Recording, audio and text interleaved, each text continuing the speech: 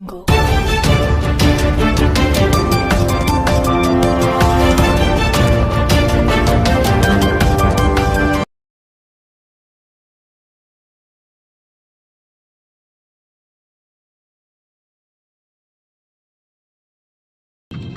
Salam sahabat Nusantara.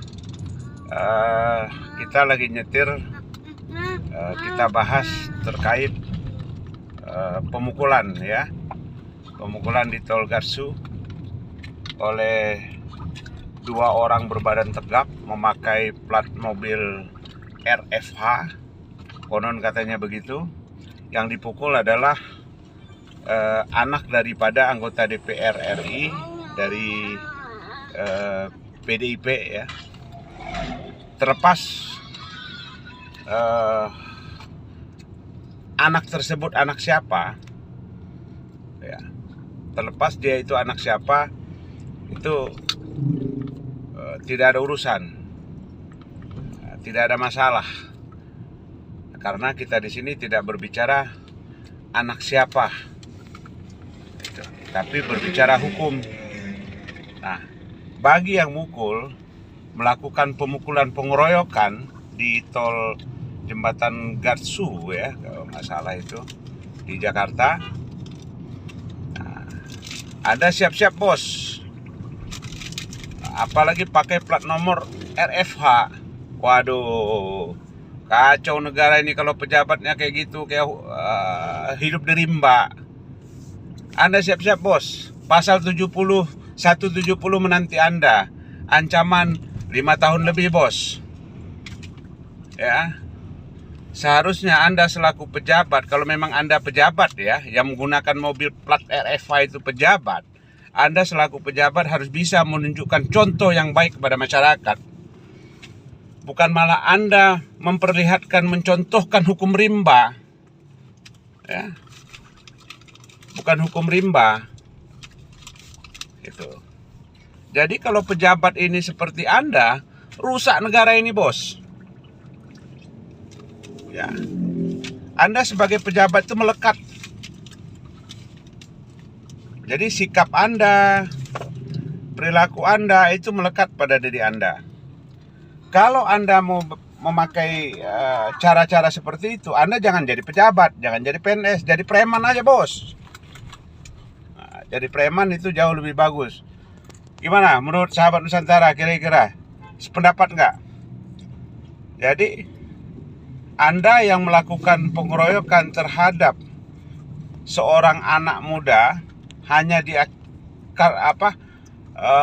penyebabnya akibat dari terjadi serempetan mobil sehingga Anda melakukan tindakan main hakim sendiri. Nah, ini perbuatan yang tidak bisa ditolerir, dan itu pidana murni. Anda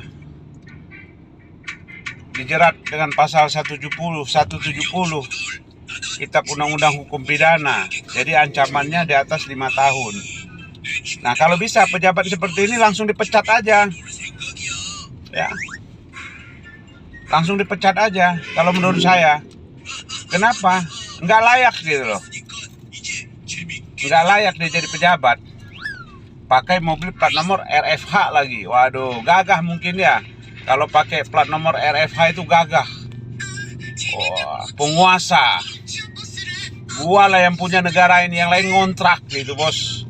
Aduh, saya sedikit rada panas melihat videonya. Aduh, oknum-oknum ini harus dipecat nih. Halo Pak Menteri, ini yang begini harus dipecat. Pak Presiden Jokowi, bersihkan negara ini dari oknum-oknum pejabat seperti ini. Nggak layak dia jadi pejabat negara Republik ini ya, tidak layak. Jadi secara hukum ya, saya dapat pastikan Anda akan dijerat dengan pasal 170 pengeroyokan ya. Apapun alibi Anda, tapi yang jelas video beredar Anda melakukan pemukulan bertubi-tubi sehingga mengakibatkan korban mengeluarkan darah dari hidung, matanya agak bengkak. Wah, ini luar biasa kejamnya. Aduh, Luar biasa kejamnya itu. Sudah tidak punya pri kemanusiaan. Ini pejabat begini wajib dihukum seberat-beratnya. Kalau ancamannya 5 tahun lebih, itu jangan dikurangin kalau bisa. Ya. Jadi luar biasa pejabat ini. Saya melihatnya geli gitu. Jadi sahabat Nusantara, negara kita adalah negara hukum. Jadi kalau ada persoalan, bicarakan dengan baik-baik. Tidak perlu bermain hukum rimba. Kalau seandainya secara hukum pidana, hukum positif yang berlaku di negara Republik ini, si pelaku itu layak untuk dilaporkan, itu tidak perlu melakukan tindakan-tindakan main hakim sendiri. Itu tidak baik ya. Apalagi tindakan tersebut dilakukan oleh seorang pejabat di negara ini. Jadi celoteh kita hari ini lagi nyetir mobil, kita berbicara terkait kasus berserempetan mobil hingga berakhir kepada pemukulan, dan akhir ceritanya kepada Anda pejabat, selamat menikmati proses hukum berikutnya. Saya yakin orang tua daripada anak tersebut tidak bisa menerima anaknya diperlakukan begitu. Mungkin Anda bisa merasakan kepada diri Anda. Anda punya anak, Anda didik, Anda kasih makan, Anda pelihara dari kecil. Tiba-tiba dipukul oleh orang seenaknya. Ya. Tanpa pri kemanusiaan, ini luar biasa. Ya, luar biasa. Saya yakin orang tua daripada anak tersebut yang Anda pukul itu tidak bisa menerima tindakan Anda. Dan saya meyakini proses hukum itu akan berlanjut dan harus dilanjutkan. Tidak boleh dikedepankan restoratif justice. Karena kalau dikedepankan restoratif justice, ini berbahaya kasus-kasus seperti ini. Nanti dia keenakan pukul orang, ada restoratif justice, kasih duit, anggapan dia begitu selesai perkaranya. Ya. Ini tindakan-tindakan, salah satu contoh tindakan pejabat yang arogansi. Jadi harus ditindak tegas.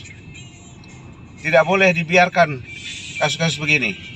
Oke, sahabat Nusantara, negara Indonesia adalah negara hukum, selalu taat hukum, selalu patuhi aturan-aturan hukum yang berlaku di negara Republik ini. Yakinilah kalau kita sudah mengikuti semua, menjalani semua sesuai dengan aturan hukum, hidup kita pasti akan nyaman, tentram, dan damai. Salam sahabat Nusantara.